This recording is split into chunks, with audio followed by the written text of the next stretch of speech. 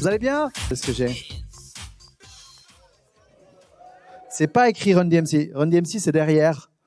Pour la référence du logo de ce groupe de hip-hop des années 90, fin des années 80. C'est une référence, oui, oui. Et je suis allé dans une église il y a une dizaine d'années. J'ai appris qu'il était devenu pasteur, Reverend Run. Et puis, il distribuait ce t-shirt-là. Et regarde ce qu'il y a écrit. Run to the house. C'est quoi l'idée? Pourquoi est-ce que je parle de ça? Je vais enlever juste ce lutrin. Il me bouche mon espace. L'idée, c'est de dire, et c'est la série qu'ils étaient en train de parcourir, ça s'appelait Run to the House. C'est en gros, dans les valeurs chrétiennes, il y a des belles choses, l'amour, le respect, le pardon. Et bien, toutes ces choses-là, si tu les vis pas d'abord à la maison, alors rentre chez toi. Cours à la maison et commence par là. Et ça, j'aimais bien. Et on va parler de ça aujourd'hui. Parce qu'à un moment donné, dans ce livre aux Colossiens, Paul, il fait un tournant.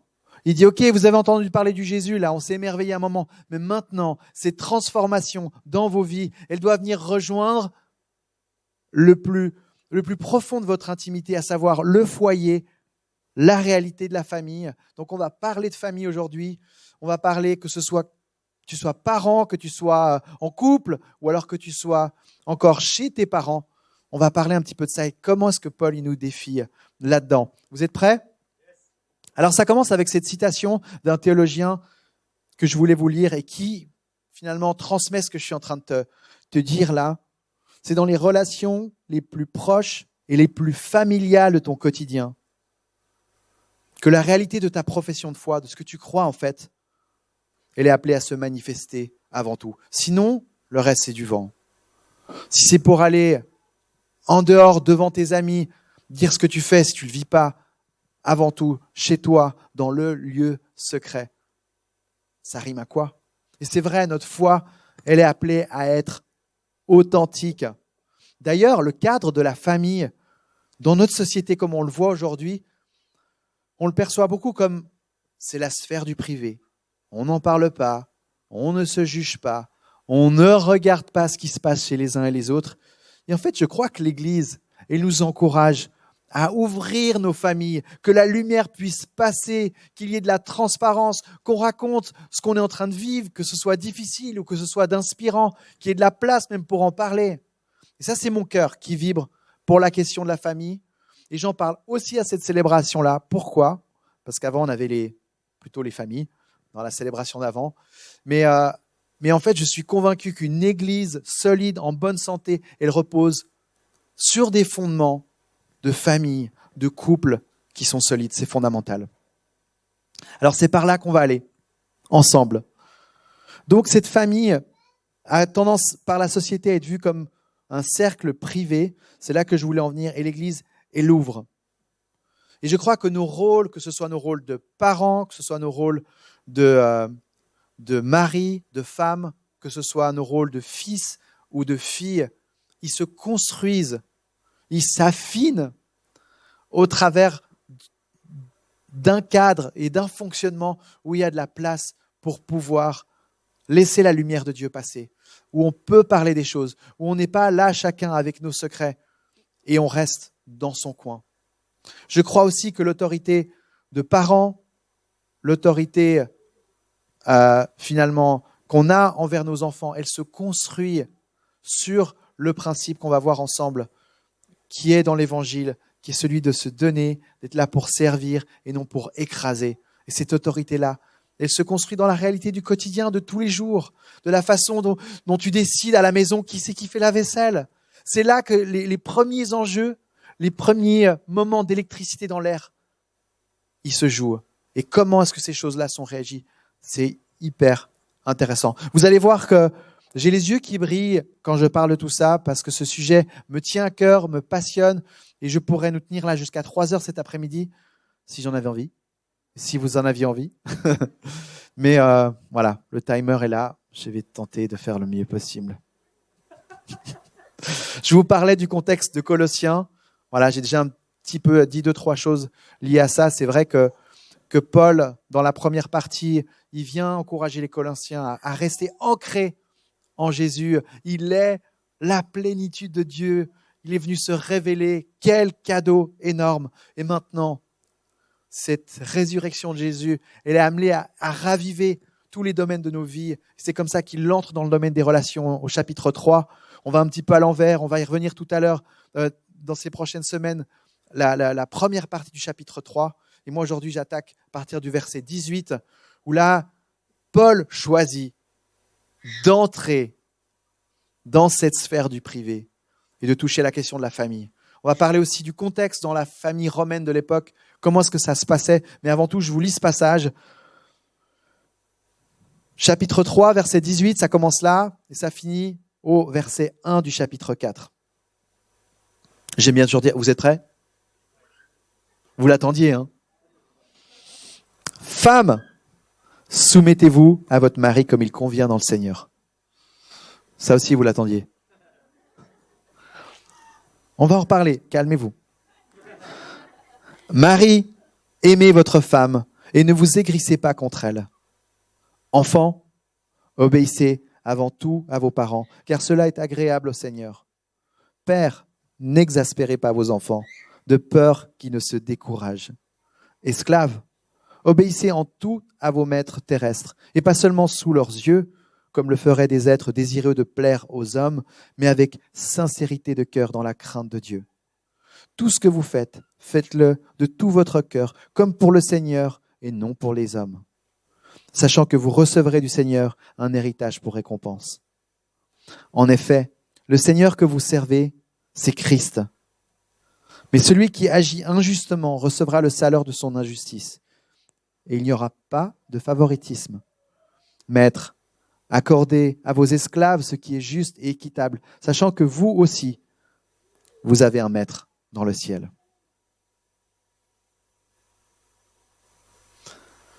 Peut-être quand tu lis, première lecture, ce passage-là avec moi, il y a des choses qui te surprennent, il y a des choses que tu ne comprends pas, il y a des choses que tu trouves super archaïques.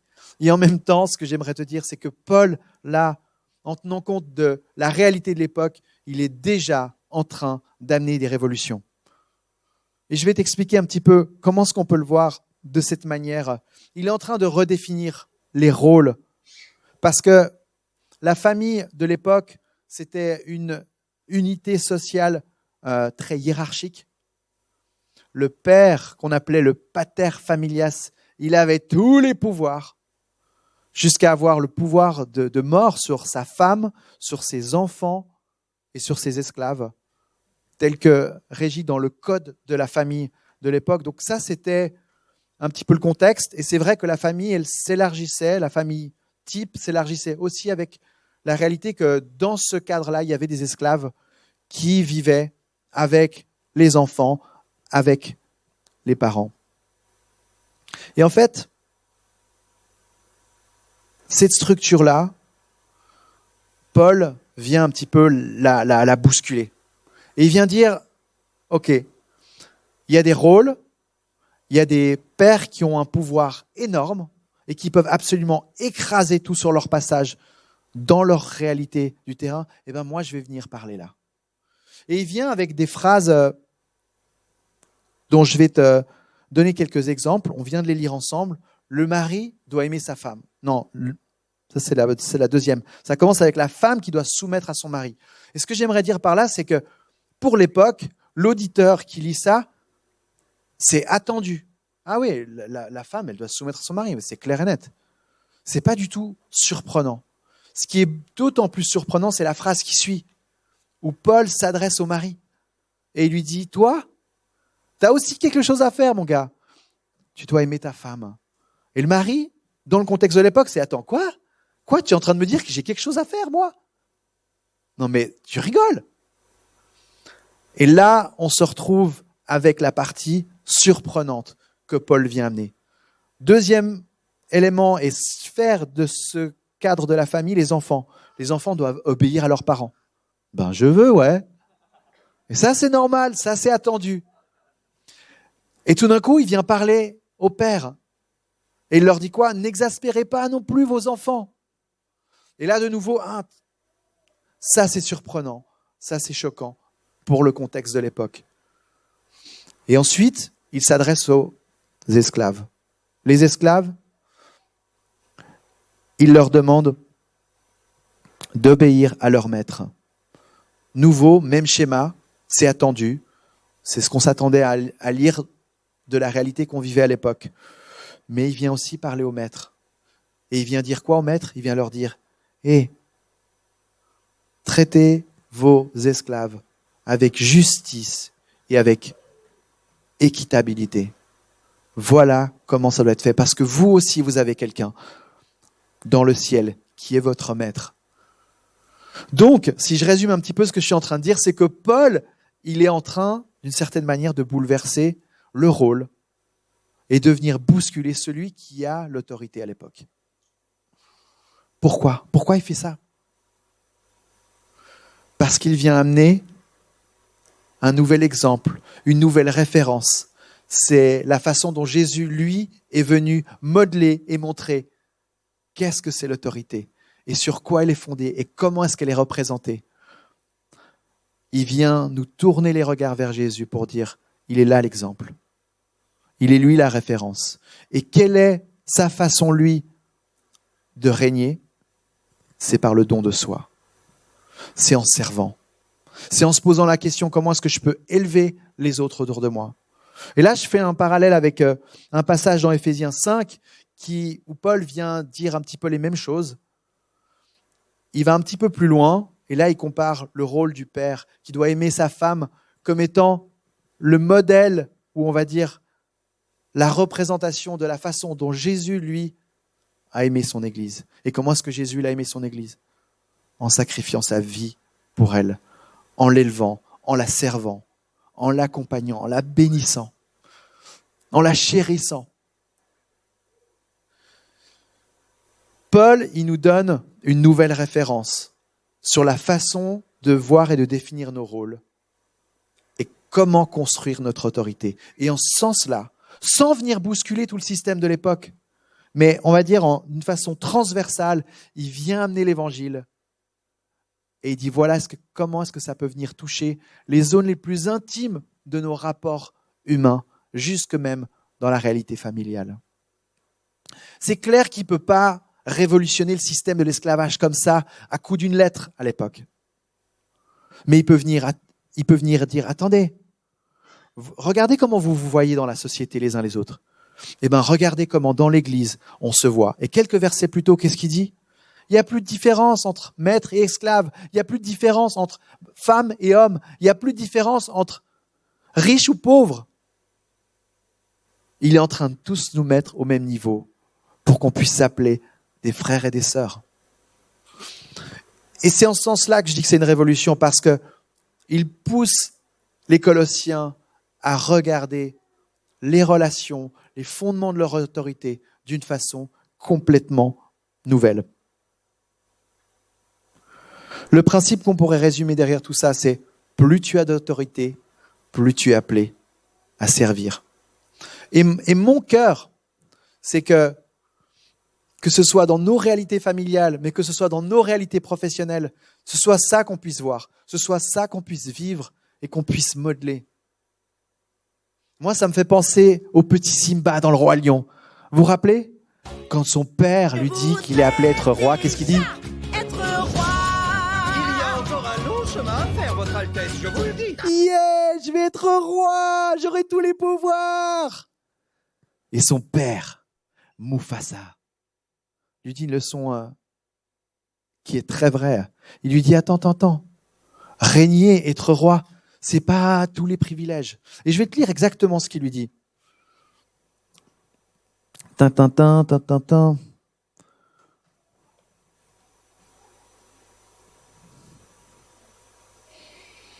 Simba, t'es où? Là. Il lui dit, non Simba, le royaume n'appartient à personne, mais ton rôle sera de le protéger. C'est une grande responsabilité. Alors que d'autres prennent tout ce qu'ils peuvent prendre, un vrai roi cherche ce qu'il peut donner. Et je crois que cette façon-là de voir les choses, cette façon de voir sa famille, un endroit que tu es appelé à protéger, en te posant la question non pas ce que tu peux prendre, mais ce que tu peux offrir, c'est le secret le plus profond et le plus puissant qui peut continuer à accompagner et à bénir et à toucher toutes nos relations, nos familles, nos réalités professionnelles. Puissions-nous réussir à les vivre pleinement. Et pour ça, il faut qu'on en parle. Pour ça, il faut que ce soit OK de pouvoir dire mais j'arrive pas à faire tout juste. Et qu'il y ait la place pour la remise en question et la place pour changer. J'ai été énormément touché. Je vous raconte une petite histoire dans la réalité de l'école dans laquelle vont mes enfants. Il y a 2 semaines en arrière, ma fille, elle est revenue de l'école avec ses lunettes complètement cassées. Et en fait, il y avait un petit garçon à la récré. Il l'a poussé par terre, il a pris ses lunettes, il a fait crac, il a arraché la branche, il l'a jeté dans les buissons. Et moi, je suis dans un petit village tout éloigné de la ville, très tranquille. Hein. Et la maîtresse, elle nous envoie le numéro de la maman, genre, allez-y, appelez. Et là, je suis là, comment va se passer cette discussion ? Est-ce que j'aurai quelqu'un en face, genre super sur la défensive, etc. Et en fait, j'ai été énormément surpris au téléphone de me retrouver avec la maman, vraiment dans une attitude genre, on ne fait pas tout juste, j'ai envie de reprendre ça avec mon fils, je vais en parler avec lui. Et je lui ai dit, bref, il y a eu plusieurs échanges qui se sont passés. Après, on était encore par WhatsApp ensemble. Et je lui ai dit, mais c'est tellement exemplaire la façon dont vous avez accueilli finalement la discussion qu'on a pu avoir et ce que vous me dites et comment vous vivez votre suivi avec votre fils. Elle m'a demandé 1 semaine après si ça avait changé la situation, etc. Je trouve ça trop cool. Et elle me dit, on n'est pas tous parfaits en fait et on ne fait pas tout juste. Et là, je lui ai dit, c'est vrai, je crois qu'à partir du moment où on réalise qu'on ne fait pas tout juste, je trouve qu'on se laisse une place pour finalement parler de ces choses-là.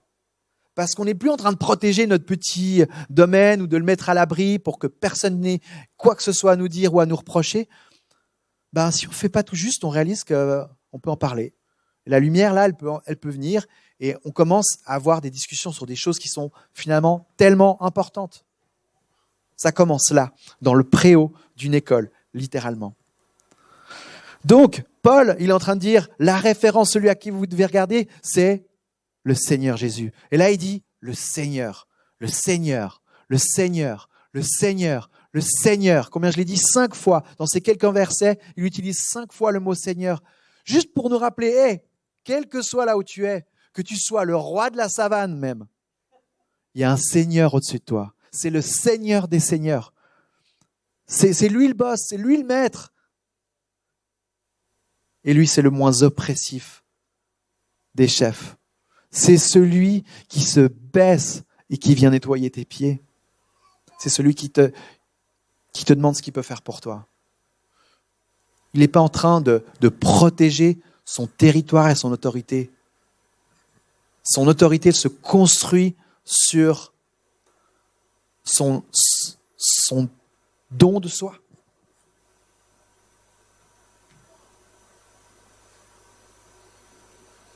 Et je suis convaincu que, quels que soient les domaines où on a un rôle, et ce rôle peut-être s'accompagne d'une certaine autorité, si on peut laisser l'Évangile venir teinter ce rôle et venir apporter les ingrédients pour fonder cette autorité-là, mais c'est tellement puissant ce qu'on peut y vivre.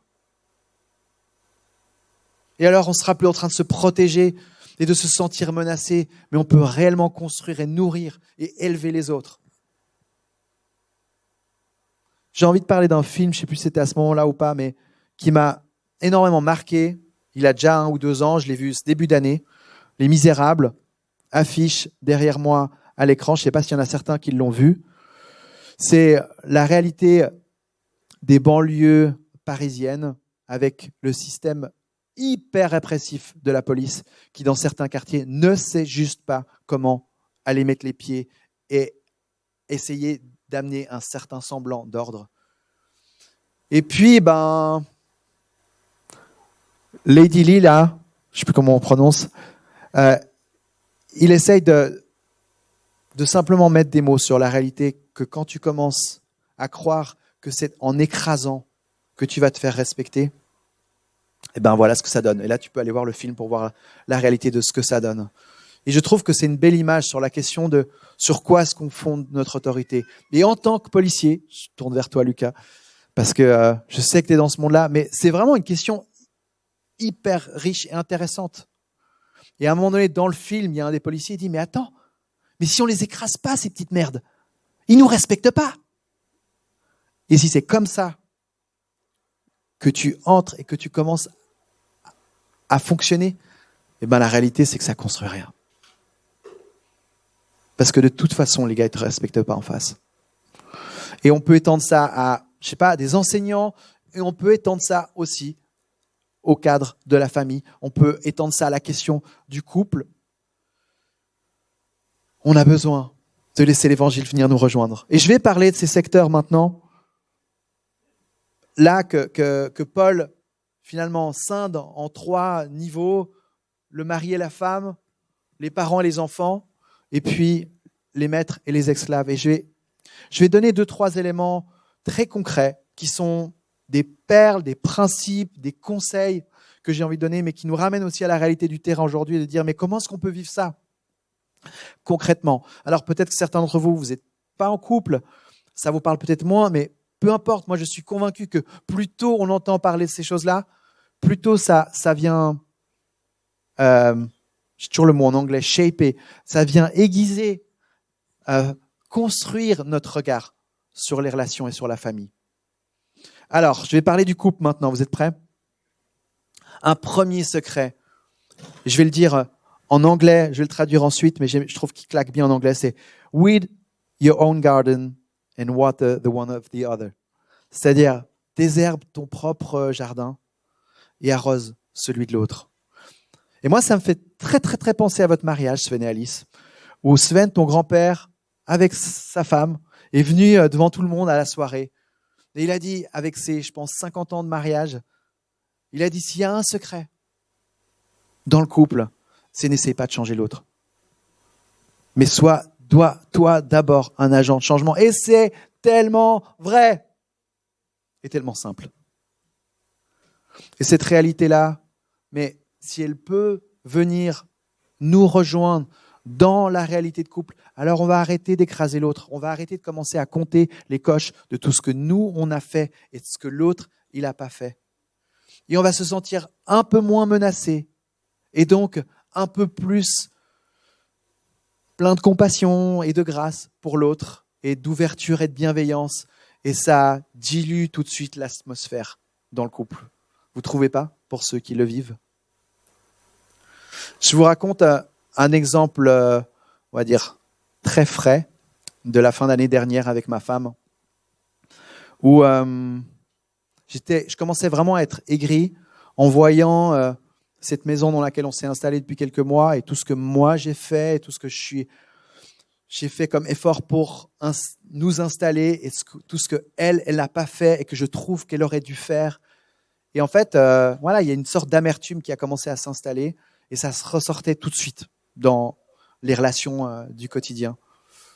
Et quand on essayait d'en parler, c'était tout de suite le combat de coq et on n'arrivait pas à trouver beaucoup plus loin. Et bref, en fin d'année, en général, j'en ai déjà parlé, c'est une petite habitude qu'on a. On aime aller voir une thérapeute de couple pour faire un petit ajustement de chaque année où on ne voit pas forcément ça comme un problème en soi, de se laisser accompagner par quelqu'un. Donc, c'est une habitude qu'on a prise. Et qu'est-ce qu'on a bien fait parce que on est ressorti de cette session et j'ai dit à ma femme, mais on n'aurait jamais pu vivre ça tout seul. C'est tellement puissant de réaliser que d'être accompagné, en fait, c'est quelque chose qui est fondamental. Et de croire que le couple, on va s'en sortir tout seul, je vous le dis, c'est une erreur. Et donc, qu'est-ce qui s'est passé dans cette session? Vous avez envie de savoir, hein?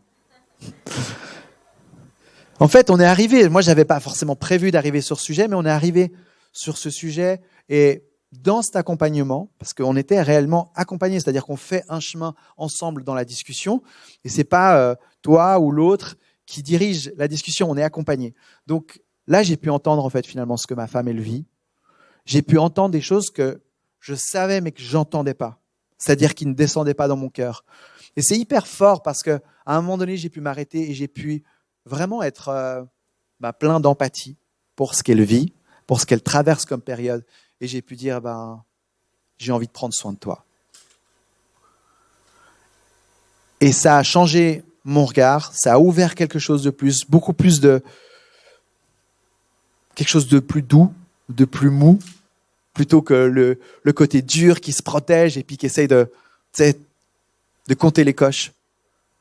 Et ça a fait du bien. Et après 2 semaines, j'ai réalisé, en fait, j'y arrive pas. Parce qu'il y a d'autres choses qui sont sorties. Et j'ai pu lui écrire une lettre à Noël, parce qu'on aime bien s'écrire des cartes à Noël, aux anniversaires. Et là, je lui ai dit, en fait, c'est facile à dire, je veux prendre soin de toi. C'est beaucoup plus dur de réussir à le vivre. Mais moi, je veux me battre pour continuer à le vivre. Et voilà, je parle de tout ça pour dire à quel point, en fait, si tu veux vivre une vie de couple où tu es tout le temps en train de dire comment est-ce que tu vas changer l'autre, tu te trompes. Commence par toi. Commence à travailler sur ce que tu vis toi. Et tu vas voir que ça détend les relations. Et avec le 2e principe, tu vas voir que l'autre, en fait, naturellement, il commence à changer aussi. Donc voilà, grand principe de tes grands-parents, Sven. Vraiment, la classe. Et le 2e principe dans la vie de couple que j'ai envie de rapidement évoquer ce matin, c'est celui d'apprendre à être en désaccord. Quand je pense à ma femme qui me dit « samedi, on a notre journée de congé, on monte à la montagne, voir le soleil, ça nous fera du bien. » Et moi, je suis là, mais attends, non, il y en a trop de trucs à faire dans la maison. C'est le seul jour où je peux un peu bricoler. Et là, on n'est pas d'accord. Alors, on fait quoi? Chacun sa journée. Génial, la vie de famille. Où on apprend à être en désaccord. Et en fait, j'ai eu l'occasion aussi d'en parler avec ma femme récemment. On faisait comme une sorte de parcours sur les 15 ans maintenant qu'on est ensemble. Et de voir à quel point ses valeurs sont devenues mes valeurs et mes valeurs sont devenues ses valeurs.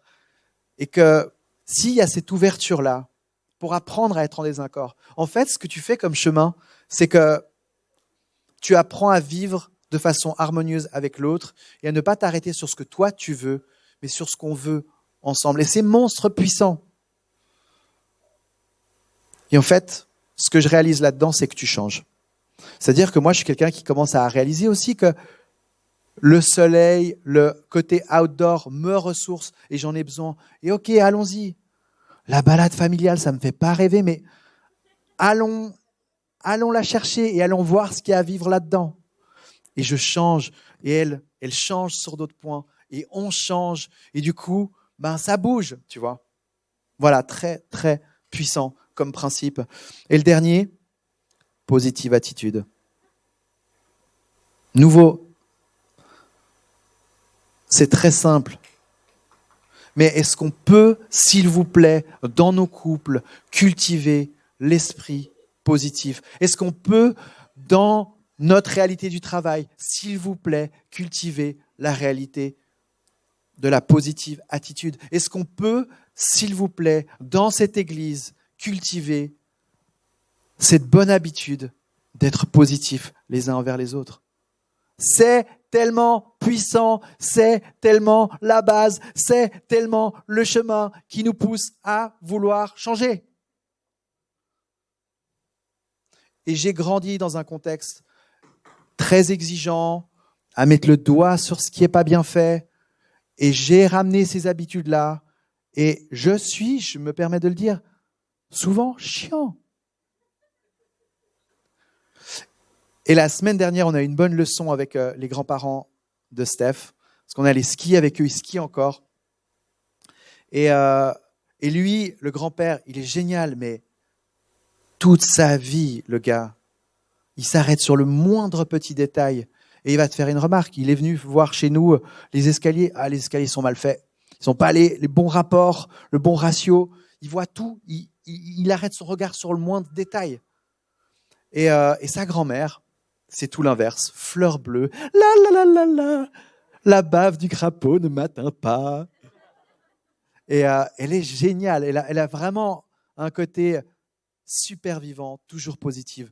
Et sur le télésiège, elle discutait avec sa grand-mère, ma femme donc, en lui disant, mais comment t'as fait quoi pour passer 50 ans avec... il est génial, mais il est tellement chiant, quoi. T'sais. Et puis elle a fait, ah, mais c'est marrant, plein d'amis me demandaient ça. Et en fait, je leur disais, moi, je suis tellement reconnaissant d'avoir un mec qui, ok, il est exigeant, mais cette exigence, elle montre qu'en fait, il est sérieux sur les choses. Et en fait, moi, je préfère bien plus avoir un mec qui est exigeant et qui est sérieux sur les choses qu'un gars qui en a rien à fiche. Puis Steph, elle était là, ouais, c'est vrai, c'est une bonne manière de voir les choses. Et de nouveau, en fait, la petite courbette, la grand-mère positive, qui commence à montrer qu'elle arrive même à être reconnaissante de son mari pour son côté chiant. J'adore. Enfin, la positive attitude, ça paraît très simple, mais en fait, c'est monstre profond. Et ça touche à ce qu'il y a en nous. Et ça change tout. Tout ce qu'il y a dans l'air, tout ce qu'on ne voit pas, tout ce que tu ne peux pas toucher. C'est l'espace entre le couple, la positive attitude. Et c'est un espace, que j'aime dire, qui est sacré. Alors, il faut le nourrir, il faut le cultiver. Il y a des choses à faire. Ça ne vient pas comme ça. On parle vite des enfants. Les enfants, j'aimerais dire une chose. Je sais qu'il n'y a peut-être pas beaucoup de parents, mais en même temps, il y a des enfants qui vivent encore avec leurs parents et je trouve que c'est important de parler de ce qui se vit. Qu'est-ce que Paul dit les enfants, obéissez à vos parents. Ok, c'est bon. Comme il plaît au Seigneur. Et moi, j'ai envie de dire, est-ce que en tant que parent, on arrive à rendre l'obéissance facile ou plus facile? Je pense déjà à la question de la culture de l'honneur. La culture de l'honneur, elle débloque des bénédictions dans nos vies. Et je crois que si on arrive à entraîner les enfants à vivre et à cultiver l'honneur envers ses parents, il y a quelque chose de puissant qui se cache là derrière. Donc, je pense que c'est important de leur dire qu'il y a une autorité, il y a des autorités dans nos vies et on est appelé à les respecter et c'est beau. Et j'ai énormément de peine avec cette tendance qu'on voit à différents endroits aujourd'hui, qui est vraiment cette révolte face à tout. Et moi, je dis non, c'est pas comme ça. Et notre Dieu nous dit que c'est pas comme ça. Donc voilà, premier point. Et puis le deuxième, pour apprendre et emmener nos enfants à finalement obéir, je pense qu'on peut vraiment les impliquer dans ce qu'on vit, comme une aventure, comme des fois un jeu. Je pense à mes enfants aujourd'hui qui se battent pour faire la cuisine avec moi, pour faire la tresse du samedi matin. Et vraiment, ils se battent. Les deux grands, c'est moi ou alors c'est moi qui fais le guacamole. Et en fait, c'est quelque chose qu'on a construit. Alors, on n'y est pas encore avec qui c'est qui nettoie le couloir, qui balaye le couloir, mais ça va venir. On va y faire. Ce que je veux dire par là, c'est qu'il n'y a pas tout qui est fun à faire, mais tout peut être fait de façon fun. Et je pense qu'en prenant nos enfants, en tant que parents, dans ce qu'on a à vivre et dans les choses qui sont peut-être moins drôles à faire dans nos vies, on peut le faire dans une ambiance qui est cool. Et parlons encore de la question des esclaves. Je fais un peu le raccourci parce que je voulais quand même parler de ça. Le lien que je vois qui est très fort, c'est que ça touche à la réalité de notre travail, les principes qu'il y a derrière. Je l'ai dit avant, le système de l'esclavage, il ne peut pas complètement le remettre en question, mais on sent au travers du regard de Paul que ce n'est pas comme ça que Dieu voit les choses et qu'il est amené à les voir. Donc ça veut dire aussi que tout ce que la Bible décrit n'est pas forcément ce qu'elle prescrit. Ça, je pense que c'est important à dire, mais derrière Paul, là, s'attaque aux deux rôles, à celui de l'esclave et à celui du maître, et il vient leur dire des principes qui sont puissants. Je pense à l'esclave, comment il le dit ? Ouais, je vais le dire avec mes mots, mais en gros, quand ton maître a le dos tourné, continue à donner le meilleur. Je pense que dans notre réalité aujourd'hui, du télétravail, on peut faire ce qu'on veut, honnêtement. Et en même temps, quelle est notre responsabilité ? Comment est-ce qu'on voit notre travail ? Quelle est notre théologie du travail ? Et Paul, là, il vient amener un principe puissant. Il vient dire, attends, Fais pas comme ceux qui veulent juste plaire aux hommes, juste être dans la lumière quand tout le monde te voit, mais dans le secret, est-ce que tu es un employé qui donne le meilleur et qui le fait comme si c'était pour Jésus? Ça veut dire, là il parle aux esclaves, hein. Il parle à des hommes et des femmes qui sont sous une oppression énorme et qui sont dans des injustices que je n'arrive même pas à comprendre ni à imaginer. Ça veut dire que toi, peut-être dans une situation professionnelle dans laquelle tu es aujourd'hui, où tu te dis mais c'est injuste comment mon chef me traite. Et je sais qu'il y a énormément de souffrance là-dedans. La liberté que tu as, c'est de pouvoir dire je continue à servir ce chef de tout mon cœur comme si c'était pour Jésus que je le faisais. Et ça, il n'y a personne qui peut te l'enlever, cette liberté-là. Et aux maîtres, qu'est-ce qu'il leur dit?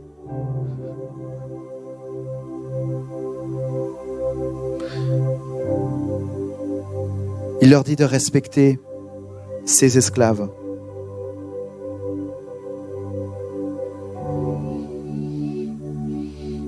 Il leur dit, je n'aurais pas retrouvé, voilà, traite tes esclaves comme s'ils étaient eux-mêmes Jésus lui-même. Et peut-être que toi, tu es dans une position d'autorité, que tu as une équipe sous ta responsabilité, que tu es chef d'une entreprise avec plein de gens qui sont avec toi, et j'aimerais t'encourager à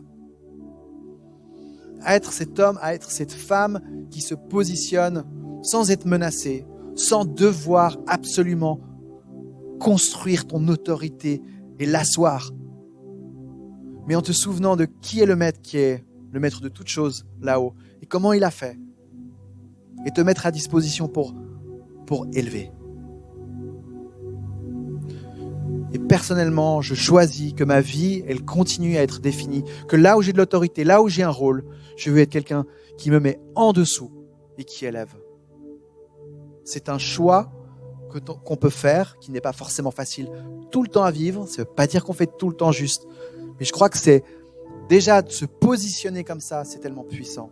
Et on a besoin, moi j'ai besoin d'entendre de vous que dans la vie professionnelle, on a des bons boss qui prennent leur place, qui ont un leadership sain, inspirant, qui ne sont pas en train de protéger leur royaume comme Simba pouvait l'imaginer et faire tout ce qui leur plaît, mais qui sont en train de dire, attends, moi je suis avant tout là pour donner. On a quelque chose à apporter avec ce qu'on a comme mission dans telle ou telle entreprise ou telle réalité professionnelle. Alors voilà, ça fait beaucoup de choses, ça fait beaucoup de domaines, et en même temps, moi je trouve juste tellement inspirant de voir comment l'évangile peut venir s'infiltrer partout. Vraiment, on le voit, c'est ce passage de Paul, il nous montre ça. Il nous montre à quel point ces graines de l'évangile, du don de soi, elles sont tellement puissantes qu'elles peuvent venir prendre racine partout dans toute situation d'injustice imaginable. Alors voilà, j'aimerais te laisser maintenant avec ces différents slogans par lesquels j'ai passé au travers de ce message. Je sais, c'est parti dans tous les sens. Et aujourd'hui, pour toi, repartir avec quelque chose, je pense la manière la plus puissante, c'est de t'arrêter peut-être sur un élément, quelque chose où tu t'es dit, là, je sens que ça tape dans le mille. Je sens que là, le Saint-Esprit est en train de mettre son doigt et de te laisser changer. Donc voilà, choisis un de ces slogans et laisse-le peut-être t'accompagner ces prochains jours. Laisse-le ce prochain moment, ce moment de face-to-face qu'on va se donner pour vivre quelque chose. Et moi, j'aimerais prier pour toi, pour te bénir et nous envoyer avec ce mandat des hommes et des femmes qui ont un rapport avec l'autorité et à la façon de se donner, de servir et d'être généreux, qui est sans limite et qui est dicté par celui qui est notre exemple. Jésus, tu es le Seigneur des Seigneurs, le moins oppressif des Seigneurs, le plus élevant des Seigneurs, le plus généreux des Seigneurs. C'est toi qui as la vraie et totale toute autorité. Et pourtant, tu ne nous écrases pas avec. Mais tu arrives à nous emmener dans un chemin de vie où on se laisse transformer de gloire en gloire. Et Jésus, je voudrais prier pour toute cette équipe qui est là aujourd'hui dans cette salle Concorde, qui je sais a à cœur de dire, mais comment est-ce que je peux continuer à être ton reflet là où je suis appelé à être. Et qu'on soit des fils, des filles, qu'on soit des pères, des mères, qu'on soit des maris, des femmes, qu'on soit des employés, des patrons ou des chefs.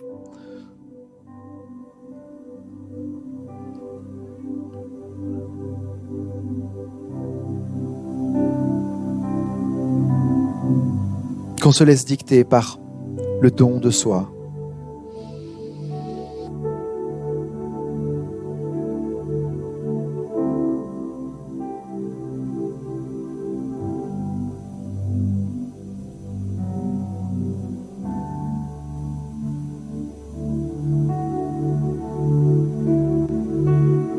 Et que ça commence là. Que notre aventure avec toi de transformation commence là. Et Jésus, je proclame que dans cette église, il y a la place pour voir des familles et des couples solides fleurir et être les piliers de notre église et la porter.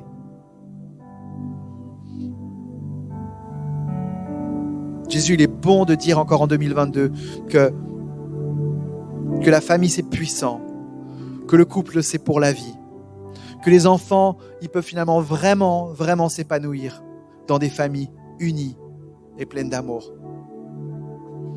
Et Jésus, on vient à ton école, on veut apprendre, on veut changer, en étant conscient que on a plein de dysfonctionnements, il y a plein de choses qu'on n'arrive pas, mais qu'il y ait la place dans cette église pour en parler, pour la lumière de passer, pour être transparent, pour partager ce qui est difficile, pour célébrer les victoires. À toi la gloire, Jésus, dans nos vies. Amen.